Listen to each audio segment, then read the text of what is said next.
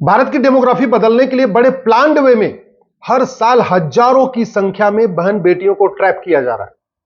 सबसे ज्यादा ट्रैप हमारी जो ट्राइबल बेटियां, आदिवासी बेटियां, उनको किया जा रहा है।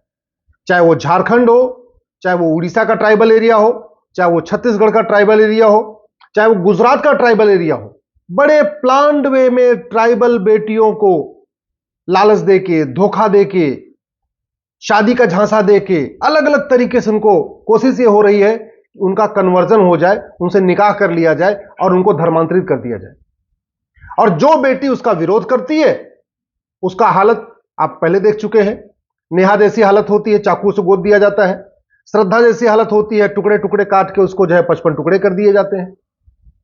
बहुत बड़ा खतरा चल रहा है और बड़े प्लान्ड वे में भारत की डेमोग्राफी बदलने के लिए खेल हो रहा है। हो सकता है कल को आपकी बेटी भी इसमें फंस जाए। हो सकता है अगर आपकी बेटी न फंसे तो आपके भाई की बेटी, आपकी बहन की बेटी, आपकी भांजी, आपकी चचेरी, कुछ कोई न कोई रिलेटिव इसमें फंस सकता है। इसलिए सजग रहिए और सरकार से मांग करिए कि कठोर कानून बनाए। नेहा की हत्या हो गई है कर्नाटक में, इस समय पूरा देश उबला हुआ है, लेकिन मैं आपको कह रहा हूं कि नेहा के हत्यारे को 20-50 साल के बाद हो सकता है सबूत के अभाव में बरी कर दिया जाए। साक्षी की हत्या हुई थी, इसके पहले खूब बवाल हुआ था। उसके पहले श्रद्धा की हत्या हुई, 55 टुकड़े हुए थे जब उसको, दिल्ली में हुआ था कांड, खूब बवाल हुआ था। उसके पहले सीमा गौतम, वर्षा, सुशीला, निधि गुप्ता, उमा शर्मा, बबली रानी, निशा, एकता, नैना कौर, प्रिया, कशिश परमार, सीमा, अर्चना, ऐसे सैकड़ों नाम हैं जहां पे बेटियों ने जब पहचान लिया, उनका असली रूप समझ लिया, तो जिहादियों ने काट काट के उनको हत्या कर दिया। हिना तलरेजा, नीलम अहिरवार, प्रभा कुमारी, नीलम यादव, मुनिया, तनिष्का शर्मा, शिवानी, निकिता तोमर फरीदाबाद में, स्वाति, अंतिमा, प्राची राणा, नीलम, सुनीता कुशवाहा, यशोदा, सोनम शुक्ला, अंबिका, रूपाली, ऐसे सैकड़ों नाम है जहां जब बेटियों ने मना किया, जब पहचान लिया, जब उनका असली नाम समझ लिया, तब उनकी हत्या हो गई जघन्य तरीके से। उर्वी वैष्णव, मानसी दीक्षित, रूबी कुमारी, ममता देवी, रविता पहाड़न, यहां झारखंड में हुआ था, अंजलि आर्या, ममता बिष्ट, निधि पासवान, अदिति, आद्या, अमृता, अभिलाषा, भावना, बीना, दीपा, छवि, दृष्टि, इशिका, एकता, लक्षिता, रिया, नीना, कनिषा, हर्षिता, ये सारे नाम हैं जहां बेटियों को टुकड़े टुकड़े करके काटा गया, चाकुओं से गोद के मारा गया। किसी की डेड बॉडी नहर में मिली, किसी की डेड बॉडी सूटकेस के अंदर मिली, किसी की डेड बॉडी खेत में मिली, और कुछ को तो कॉलेज के आसपास मार दिया गया। ये जितने मैंने नाम लिए, हत्या हो गई। और जब जब इनकी हत्या हुई, ये मैंने वो नाम लिए जिसकी हत्या पे पूरे देश में उबाल आया, जिसकी फोटो शेयर की गई, जिस पे ट्विटर पे ट्रेंडिंग हो गई। लेकिन आप जानते हैं, इसमें किसी भी हत्यारे को आज तक ना आजीवन कारावास फांसी हुआ, इसमें किसी भी हत्यारे की न नागरिकता खत्म हुई, इसमें किसी भी हत्यारे को 100% प्रॉपर्टी जब्त नहीं हुई। एक तो कानून घटिया है, दूसरा सजा मिलती है 20-30 साल के बाद। समाधान क्या है? सबसे पहला समाधान है कि भारत में समान शिक्षा लागू किया जाए। जब तक ये गुलामी वाले स्कूल चलेंगे, विदेशी जो उस समय मुगलों ने शुरू किए थे वो स्कूल चलेंगे, तब तक शांति नहीं आ सकती, क्योंकि नफरत उन्हीं स्कूलों में सिखाई जाती है जो मुगलों ने शुरू किया था। नफरत उसी स्कूलों में सिखाई जाती है कि जो हिंदू, जैन, बौद्ध, सिख की लड़कियां हैं, इनको लालच दो, इनको धोखा दो, इनको पटाओ, इनको कैसे भी करके ट्रैप करो, इनका कन्वर्जन कराओ, क्योंकि वहां सिखाया जाता है कि जैसे आप कन्वर्ट करा दोगे तो आपका ऊपर आपको जन्नत मिल जाएगी। ये जो सिखाई जा रहा है ना, तो समाधान यही है कि गुलामी वाले स्कूल खत्म हो, भारत में समान शिक्षा लागू हो। कम से कम 10वीं तक सबके लिए एक सिलेबस होना चाहिए। सब 10वीं तक one nation one education board, one nation one syllabus, one nation one curriculum.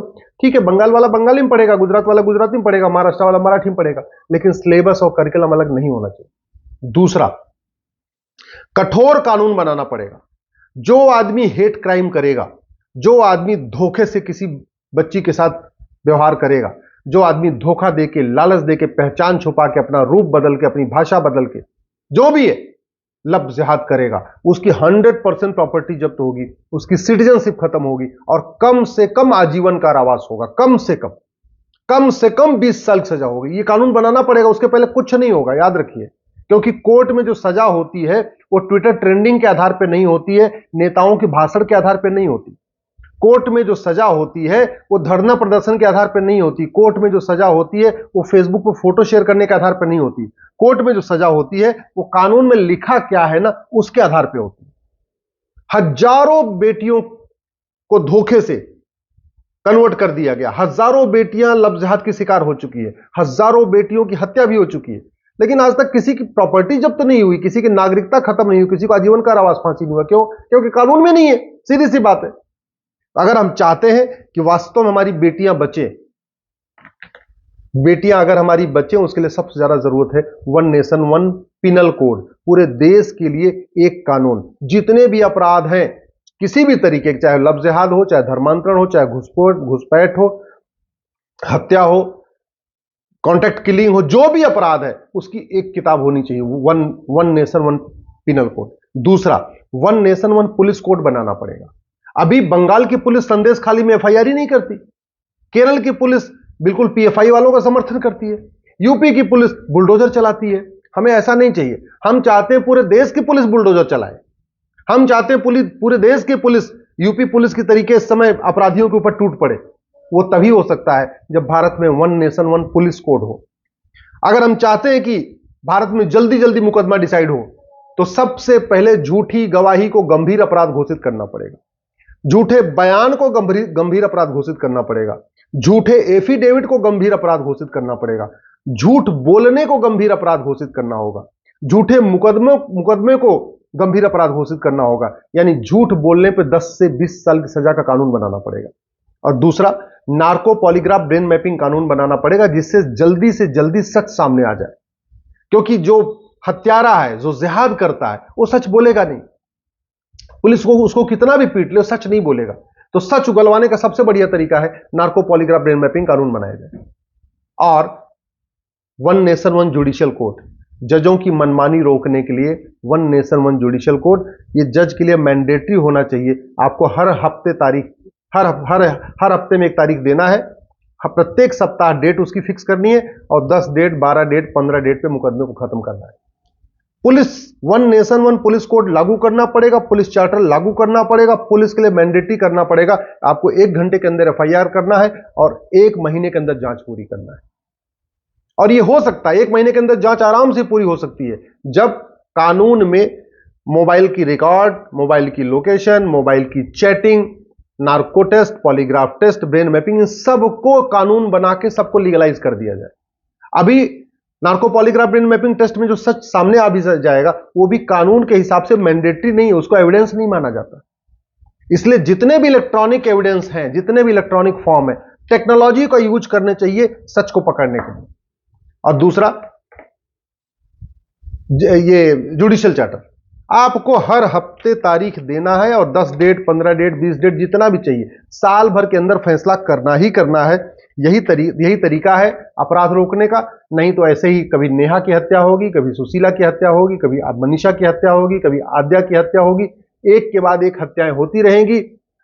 तो मैं भी होता रहेगा, आरोप प्रत्यारोप भी होता रहेगा, नेता भी जाते रहेंगे, जिसकी हत्या हो जाएगी वहां सांत्वना देने के लिए जाएंगे भी, वीडियो भी शेयर होता रहेगा, ट्विटर पे ट्रेंडिंग भी होती रहेगी, लेकिन होगा कुछ नहीं।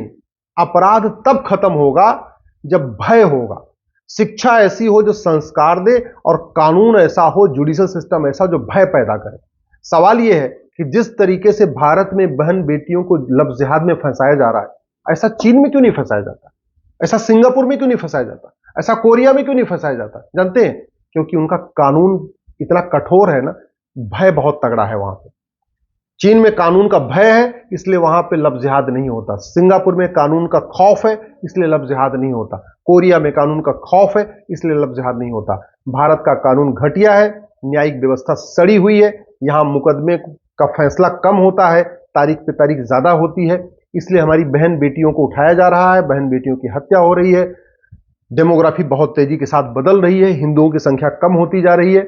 और इसका समाधान एक ही है, one nation one police code, one nation one judicial code, one nation evidence code, one nation one education code, यानी समान शिक्षा, समान पुलिस संहिता, समान न्यायिक संहिता, समान नागरिक संहिता, यही इसका समाधान है, दूसरा कोई समाधान नहीं।